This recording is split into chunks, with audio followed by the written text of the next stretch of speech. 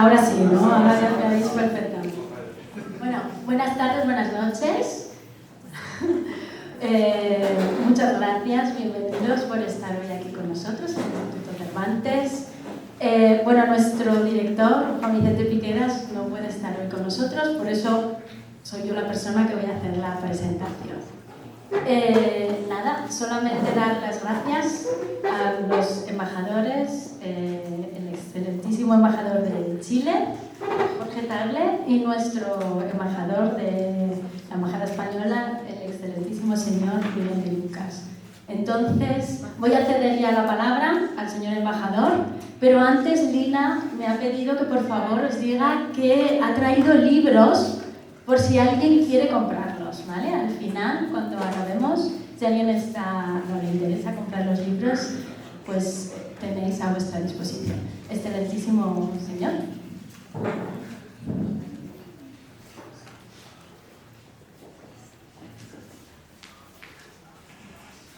Muchas gracias, Almudena.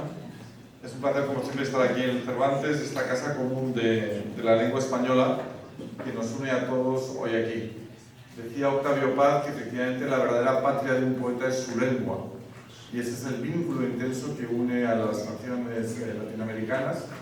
Y también esas naciones latinoamericanas se forjaron en un concepto, que es la emigración, la unión de personas que fueron poblando esos países, y nosotros los españoles somos parte de ello. Muchos de los latinoamericanos hunden sus raíces en la historia de nuestro país, y América fue una tierra de acogida generosa. Yo he sido cónsul de España en un país latinoamericano y he sido testigo de cómo muchas familias tiempo atrás, sobre todo a principios del siglo XX, encontraron un lugar en Latinoamérica cuando España era un país pobre, un país del cual la gente emigraba. Y he conocido a los hijos, a los nietos y a los bisnietos de esas generaciones de españoles. Y realmente es algo maravilloso y no tan conocido en España. Latinoamérica evidentemente sí. Eso ocurrió también desde aquí, desde Oriente Medio. Muchas familias emigraron a América, y América fue también esa tierra de provisión, ese lugar en el que empezaron una nueva vida, y América fue generosa en ese sentido. Y la verdad es que en el caso palestino, yo recuerdo la primera vez que llegué a Belén hace ya muchos años, y me acuerdo que llegué en autobús y vi un cartel que ponía empanadas chilenas, y lo ponía en español, y pregunté cómo es posible que esto esté aquí, y me explicaron, es que hay un vínculo muy intenso entre Chile y Palestina. Hay una memoria unida que es un ritmo de ida, pero en ocasiones también de vuelta, ¿no? Y me hablaron también de que hay una literatura de españoles, de chilenos palestinos. Y la verdad es que hoy tenemos esta ocasión de estar aquí, y para mí es un verdadero placer.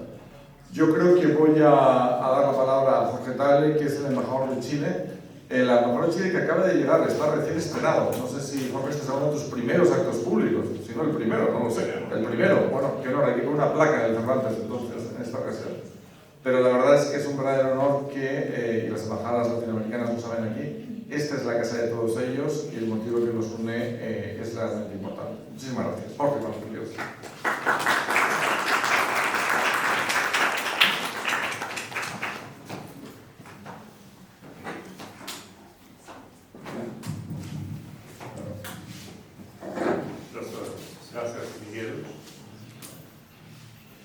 En primer lugar, muy buenas noches a todas, a todos.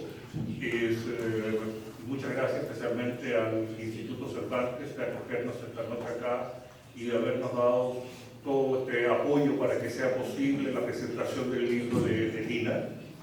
Así también agradezco a la Embajada de España y muy especialmente a su embajador. Este instituto, a lo largo de todos los Cervantes que existen, no es solamente que es la casa del español, la casa del idioma español, y que acoge tanto a España como a todos los países latinoamericanos. Y eso uno lo siente, y es una acogida que nosotros agradecemos sinceramente. Esta semana debería ser la semana del libro de los palestinos, las chilenas con ascendencia palestina. Ayer solamente estuve también en otro lanzamiento de otra escritora chilena que la verdad que nos llegó la invitación así a último minuto, pero igual participé, es decir, fui. Y yo creo que deben coincidir también, creo que el pueblo mal no recuerdo, de su abuelo, el mismo del abuelo tuyo, de lo que estuve leyendo en tu libro. Hay una cosa que me impresiona, tal como decía Miguel, América, desde Alaska, la Tierra del Fuego, ha sido una tierra de acogida. Somos todos inmigrantes, unos antes, otros después, pero somos todos hijos de inmigrantes. España también es hijo de inmigrantes, todos. La migración no es un fenómeno actual, es un fenómeno de siempre, es un fenómeno natural que va de suyo con la humanidad. ¿Ah? Esta tierra es de migrantes, es de choque de culturas, que surgen culturas, a su vez culturas nuevas. Esto va de suyo por el ser humano, con todas sus problemáticas que pueda generar, pero es parte de la humanidad. Cuando uno lee los libros de aquellos descendientes, de los descendientes de aquellos migrantes que llegaron y cuentan las experiencias de ellos, de alguna manera están contando también no solamente la experiencia de sus antepasados, también están contando las experiencias y la historia de nuestros propios países. Cómo nosotros reaccionamos en algún momento determinado de la historia con la llegada de estos nuevos migrantes. Y cómo ello nos debe servir de lección para ahora, para la llegada de los nuevos migrantes. Como decíamos recién, es un fenómeno que sigue, es un fenómeno permanente y que, bueno, nos presenta desafíos, pero nosotros tenemos que ser capaces también de dar soluciones y de poder responder a la altura.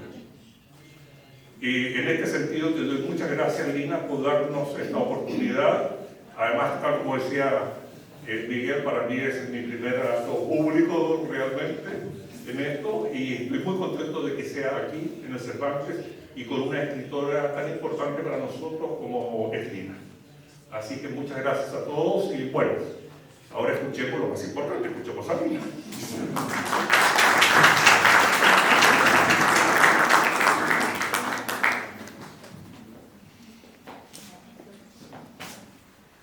Me toca a mí presentar a Lina un poquito. Lina es nacida en 1970. Su papá ha nacido en Chile y sus abuelos son ambos de Bellala, pero se conocieron en Chile. Bellala es una de las 3 ciudades de donde van a ir palestinos a Chile. Las 2 otras son Beit Sahur y Bethlehem. Ella va a estudiar en Estados Unidos, en New Jersey, en una escuela pública, y sus padres tienen una beca, por eso se van a Estados Unidos. Va a pasar su infancia y adolescencia en un colegio inglés que se llama, en Chile, se llama Greenwich. Y ella es, en Chile, a los palestinos, como a todos los árabes que vienen de esta región, se les llaman los turcos. Es decir, el nombre en realidad del Imperio Otomano, de los que los trataron de cierta manera, ¿no? Pero ella no tiene una sensación de discriminación, nunca va a sentir eso. Ella va a hablar de eso, yo le voy a hacer preguntas más rápido. En su caso se habla mucho, en su casa se habla mucho de palestinidad desde su infancia, y por otro lado la mamá no es palestina. Ella se va a interesar a este viaje en un momento dado de su vida, y de eso nos va a hablar.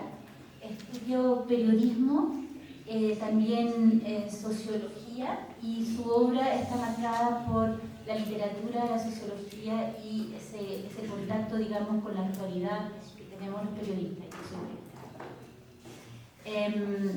Tiene un doctorado de literatura latinoamericana, y es su primera vez en Jordania. Ya estuvo 2 veces en Palestina, de ahí nace este libro, y que es un libro que le costó en realidad escribirlo 10 años. Lina Meruán. Bueno, primero que nada, muchísimas gracias. Quiero partir por agradeciéndole al público que nos acompaña en un día lluvioso y frío como este. Entiendo que es el primer día frío de la temporada. Les agradezco muchísimo esta compañía, para mí es una emoción y un honor estar aquí con ustedes. Y por supuesto quiero agradecerle a mi querido embajador, Jorge Tagle, que le deseo la mejor temporada aquí en Jordania, y a su equipo, que realmente ha sido de una gran ayuda para que mi viaje pudiera ser posible, Ismael, René y toda la gente que ha estado apoyándome en estos días. Por supuesto también quiero agradecer a Juan Vicente, que no solamente es el director de Cervantes, sino que ahora mismo el dueño de casa donde me estoy quedando. Así que hemos tenido una rápida e intensa amistad. Y por supuesto agradecerle a todo el equipo del Instituto Cervantes, que estoy muy contenta de estar aquí, y de estar en conversación con mi amiga Cristina, a quien también acabo de conocer realmente, aunque ya llevábamos mucho tiempo por el WhatsApp, porque esa también es la nueva condición de nuestros tiempos. Hacemos amistades en línea, digamos, con la perspectiva de algún día llegar a encontrarnos. Y last but not least, agradecerle al embajador de España, Miguel de Lucas González, por esa presentación y por estar aquí. Yo sé que ustedes tienen muchas cosas que hacer como embajadores, así que les agradezco también la compañía. ¿Más cerca? ¿Ahí sí? Para no estar agradeciendo y agradeciendo, yo voy a entrar al grano de inmediato. Quisiera que Lina nos hable de los palestinos de Chile. ¿Quiénes son? ¿Cuándo llegaron? ¿Y quién te va a transmitir esa historia a ti? Bueno, tal vez hay que partir por ese comienzo de la migración, de la temprana migración. El mundo árabe bajo el Imperio Otomano, y sobre todo diría los cristianos bajo el Imperio Otomano, tuvieron todo tipo de dificultades, por un lado económicas y también por otro lado religiosas y culturales. Entonces, a final del siglo XIX, una de las oleadas muy importantes fue de árabes de todo el Levante, de toda esta zona hacia las Américas. Pero Estados Unidos empezó a cerrar sus cuotas migratorias y entonces los árabes empezaron a llegar al sur de América. Hay un elemento que me parece muy interesante para los que no lo sepan, y es que la población, y voy a referirme sobre todo a la población palestina, por más que también están los libaneses, los que todavía no se llamaban libaneses, pero eran las personas del Líbano, los jordanos y digamos toda esa gran zona. Pero para referirme puntualmente a los palestinos fueron llegando a Chile a finales del siglo XIX en una gran oleada hasta el fin del Imperio Otomano al final de la Primera Guerra Mundial. Ese es el momento de mayor migración árabe. Por supuesto, como ustedes deben sospechar, cuando se asentaron los palestinos, que no se quedaron en Argentina, que era por donde estaban entrando, cuando no se quedaron en Argentina porque ya había una gran comunidad siria y una gran comunidad libanesa que ya controlaban el comercio, y los palestinos dijeron, parece que aquí no va a ser. Cruzaron por la cordillera de los Andes, en mula, y también en tren, fueron haciendo un recorrido, y encontraron que en Chile, esto se dice, es una cosa mítica, como la fábula, digamos, que Chile se parecía tanto a Palestina, ¿no? Que tenía un gran clima, una buena agricultura y condiciones bastante favorables. Hay que decir también en este contexto que esa gran migración fue de alguna manera auxiliada por el hecho de que las naciones latinoamericanas querían blanquear la raza. Esto es muy problemático, por supuesto, pero en esa idea de blanquear la raza, porque tenían por un lado las comunidades indígenas, por otro, en algunos países, un gran número de esclavos o ex-esclavos africanos, en esta idea de blanquear la raza, habían invitado, especialmente con todo tipo de prebendas y ayudas, a los alemanes, a los italianos y a otros europeos blancos. Cuando llegaron los árabes, los latinoamericanos, y diría esto también en el caso de Chile, se vieron con el pequeño problema de que los árabes, aunque no calificaban necesariamente de blancos, no eran rubios, no tenían ojos claros, pero se parecían mucho a los españoles, porque los españoles habían tenido 8 siglos, ¿no?, de conquistar. Entonces, sin saber cómo calificarlos, dijeron, bueno, entren, ¿no?, puesto que se parecen, no nos echan a perder, no sabemos cuánto nos mejoran, pero por lo menos se parecen a los locales, ¿no? Y así fue, porque además eran cristianos, la mayoría, entonces los dejaron entrar. Esa fue una comunidad que prosperó muchísimo en Chile, se asimiló rápidamente. Por desgracia, muchas de esas familias, entre ellos incluidos mis abuelos, que hablaban el árabe, le dejaron de hablar árabe a sus propios hijos, para asegurar que la asimilación fuera lo más rápida posible y que no fueran discriminados. En esa época todavía la palabra turco, que era como se le llamaba a todos los árabes que venían saliendo del Imperio Turco, porque venían con pasaporte turco, sufrían de discriminación. Pero en la medida en que la comunidad palestina se fue integrando, se fue casando con otras comunidades migrantes, como españoles, italianos, croatas, judíos y otros, al abrirse y al mezclarse con el resto de la comunidad, ¿no? Fueron dejando de ser discriminados, ¿no? Y se convirtieron en personas de muy buen ver. Y de hecho, en este momento, la comunidad palestina, que entre la comunidad, entre comillas, pura, hija por los dos lados de palestinos, y los que se mezclaron, es una comunidad de más o menos 800.000 personas en un país de aproximadamente 18 millones hoy. Entonces, esa es la realidad de la comunidad palestina hoy. Y yo, que crecí como descendiente de Palestina por el lado paterno, nunca fui criada como palestina, no aprendí el árabe, pero siempre tuve la conciencia de que esa era digamos, un pasado migrante de mi familia, que por el otro lado es italiano, y siempre lo tuve consciente, pero nunca realmente tuve la relación con el lugar hasta mi primer viaje, que es sobre el que escribo en esta libro. Mira, y esa historia justamente de ¿quién te la transmite tu papá? ¿Te habla de eso de vez en cuando? ¿O hasta el momento donde llega el libro, ¿no? Donde tú decides ir y volver? Esa palabra de volver. Bueno, en mi familia, y creo que esto le va a interesar a alguna gente, se comía la comida palestina. Se hablaba del viaje de los abuelos, pero se hablaba un poco más bien la experiencia feliz del viaje y la historia dura de la migración y de la discriminación inicial no se pasó como herencia histórica. O sea que esa comunidad, o por lo menos en mi familia, eligió olvidar lo difícil y centrarse en las perspectivas que ofrecía la nueva vida en Chile. Entonces yo tenía una cierta conciencia de esa historia, pero no era algo de lo que se hablara en presente, sino como algo incluso remoto. Por supuesto, en las fiestas familiares había todo tipo de mitología sobre la familia. Y entonces había un tío, abuelo mío muy mayor, que ya no vive, que decía que nosotros éramos parte de un harem muy importante en el reino de Palestina, y cosas de ese tipo, ¿no? Bromas.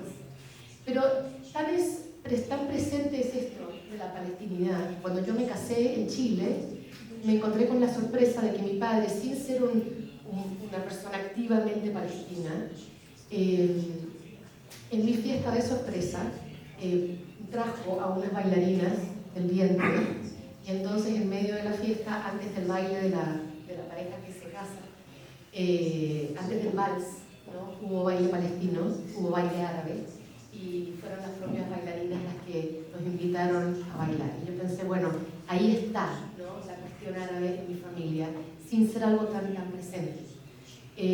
Todo esto se va a activar para mí como memoria palestina, como relato de la situación palestina cuando hago el primer viaje. Justamente quisiera que nos leyeras un momento del libro antes de continuar con las preguntas para que ustedes estén más en el ámbito. Bueno, les leo un pequeño fragmento que corresponde al momento en que yo, sin haber realmente planificado viajar a Palestina y por cosas que cuento en el libro que serían muy largas de contar aquí, decido viajar. Mi padre insiste muchísimo en que yo llame a ese pedacito de mi familia que todavía vive en Beit-Jala y que correspondían a la descendencia de la hermana mayor de mi abuelo, que era la única que había permanecido. Entonces, claro, yo llamo por teléfono y me encuentro con la siguiente situación. Este es un libro que está escrito en fragmentos, cada fragmento tiene un pequeño título. El título de este fragmento es, y espero que aquí además de español y árabe hablemos un poco de inglés porque hay una interrogación en inglés. El título es Who Are You? Se acerca la fecha de mi viaje y empiezo a experimentar ataques de vértigo, caídas libres en la incertidumbre. Mi tía la mayor me manda a decir con mi padre que debo ir a visitar a esas tías lejanas y llevarles un regalo. Que compre unos chalecos de lana o un pañuelo de seda o una carterita que no pese en mi encogida maleta. Ella me pagará después.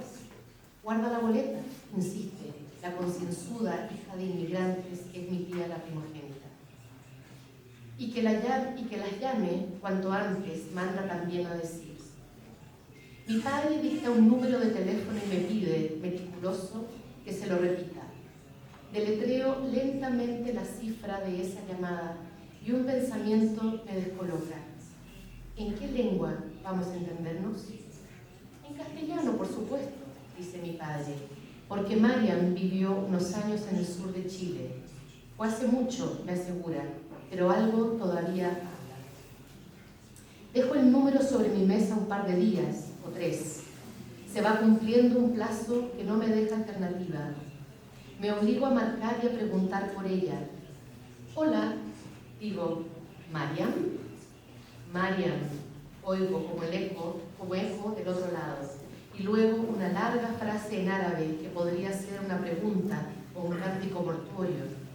Hola, repito, hello, repito, English, y trato de decir marhaba, pero se me enreda la lengua. Repito, Mariam. Quien atiende debe ser la otra hermana, la que no estuvo nunca fuera de Beit Yala, la que no habla más que árabe, pero que me lanza algunos trozos de un inglés algo tieso y me da a entender, o yo interpreto, extrayendo el sentido de su fraseo, que Mariam fue a ver a un pariente enfermo y que volverá a alguna hora o al día siguiente. Hay un silencio seguido de un lento «Who are you?» y yo trato de explicarle quién creo ser. Hay entonces un momento de agitación en la línea, la convulsión de una lengua que intenta traducir lo que le digo y bajo presión por contestar algo empieza a gritar la única palabra que tiene a mano. «Ah, family», dice, entre grandes aspavientos. «Family, family». Y yo sin saber qué más decir, le contesto «Yes, yes». Y empiezo a reírme porque hay estruendo y hay exageración y hay confusión en esa palabra.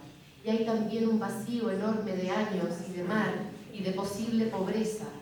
Pero a cada family que ella grita, más me río yo, diciendo yes, family, yes, como si hubiera olvidado todas las demás palabras. Y en ese tiroteo telefónico, no sé si llego a decirle o si ella habrá entendido que estoy por viajar o volver, que mi deseo es ir a visitarlas. Y un poquito más despacio porque creo que Hemos estado un poquito rápido, perdona. El traductor e intérprete, a quien también le quiero agradecer, muchas gracias por el trabajo que es hacer esto. ¿Tamam? bueno, la palabra volver, ¿no? Es decir, estamos en volver. En el libro, tu padre en realidad va a llegar a un momento donde él te apoya en ese volver, pero finalmente él no es parte del viaje, pero hay personas con las que te vas a encontrar que van a ser, en realidad, que van a estimular tu viaje. ¿Por qué tu padre no viene contigo? Bueno, quería decir algo sobre la palabra volver. El título del libro original, como pueden ver, es Volverse Palestina. En español, como sabrán los que hablan español, la palabra volver, el verbo volver, significa ¿cómo podríamos decir? To return, ¿no? Pero cuando usamos la palabra volverse con ese crítico, significa convertirse en. Entonces me gustaba ese juego, ¿no? Porque ese momento en que yo decido viajar, cada vez que le comentaba a los amigos que iba a viajar a Palestina, en vez de decirles que voy a viajar, les decía voy a volver a Palestina. Lo cual era un poco como una especie de, ¿cómo se puede decir?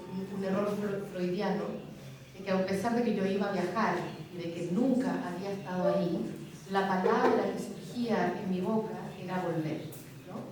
Entonces ahí yo me di cuenta de que en realidad yo estaba volviendo, no solo viajando, sino que volviendo y volviéndome, ¿no? Palestina, en el nombre de mi abuelo que no había podido volver, y en el nombre de mi padre que no había querido volver. Pero no por falta de amor a Palestina, sino porque le daba siempre una sensación de rabia, de sentir, ¿no?, cuál era la situación palestina. No quería verla con sus propios ojos, no quería estar ahí. Entonces yo le comenté a mi padre que yo iba a volver, y mi padre me dijo, ¿estás segura? Y dije, bueno, voy a ver qué me pasa. A la vuelta del tiempo, lo que fue muy interesante es que, por supuesto, mi padre es parte muy importante de este libro.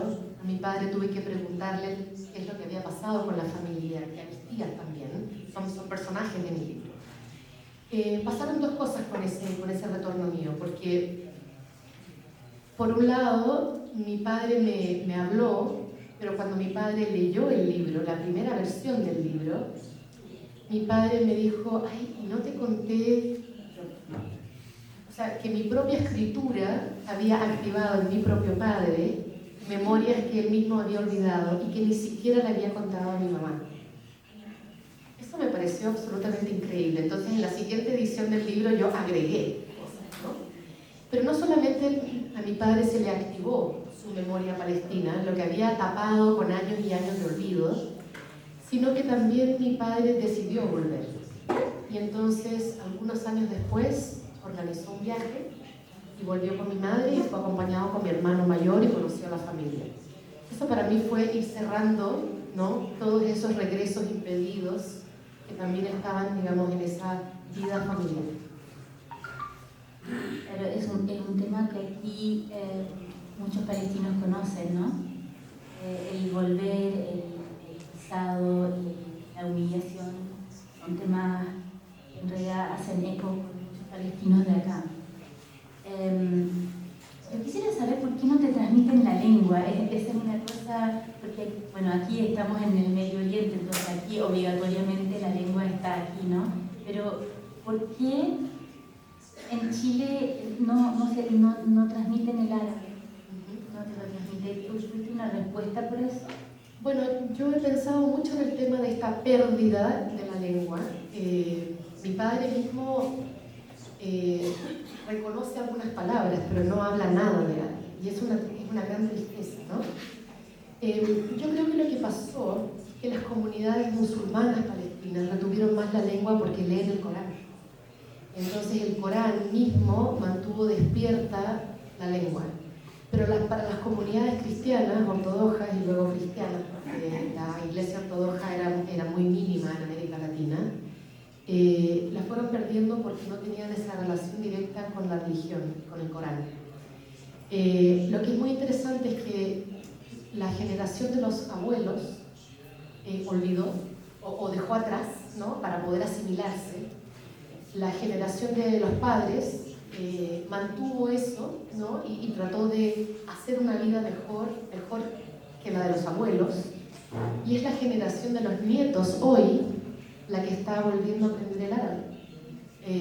A mí me toca un poco mayor y con varias lenguas, ¿no? He tenido que aprender con el inglés, otras lenguas romances por mi propia formación y hasta un poco de alemán. Entonces, ahora la siguiente será, supongo, espero, el árabe, pero me pilla ya con 50 años, ¿no? Es un poco más difícil. Y quiero decir además que hay que pensar un poco que en estas transformaciones culturales que son parte de la migración, hay que dejar de pensar la lengua como un factor completamente necesario para la identificación cultural o incluso religiosa. O sea, lo que quiero decir es que a pesar de que el árabe es una lengua muy importante y es una lengua de cultura, para que yo sienta una identificación, una relación con el mundo árabe y con Palestina, la lengua no es el único factor.